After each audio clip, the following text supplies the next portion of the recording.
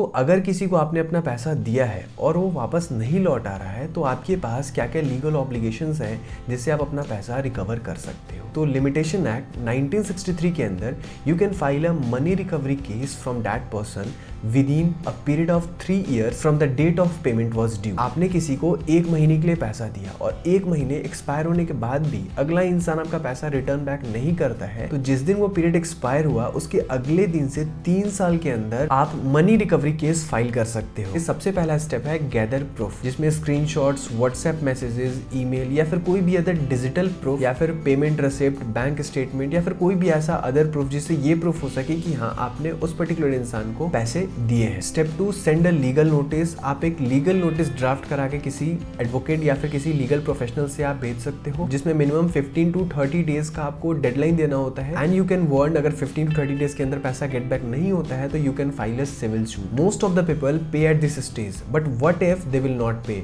Step 3, civil suit. Civil suit file होने के बाद कोर्ट उस पर्टिकुलर पर्सन के अगेंस्ट में समन भेजती है कि आप इस पर्टिकुलर डेट को कोर्ट में प्रेजेंट होना है। देन कोर्ट उस दोनों पार्टीज को सुनती है। देन कोर्ट फाइनली ऑर्डर पास करती है पैसा रिटर्न करने के लिए। बस ध्यान देने वाली बात यह है, लिमिटेशन एक्ट 1963 के अंदर 3 years मैंडेटरी है कि आप 3 साल के अंदर ही आप अपना पैसा क्लेम कर सकते हो। Thank you so much.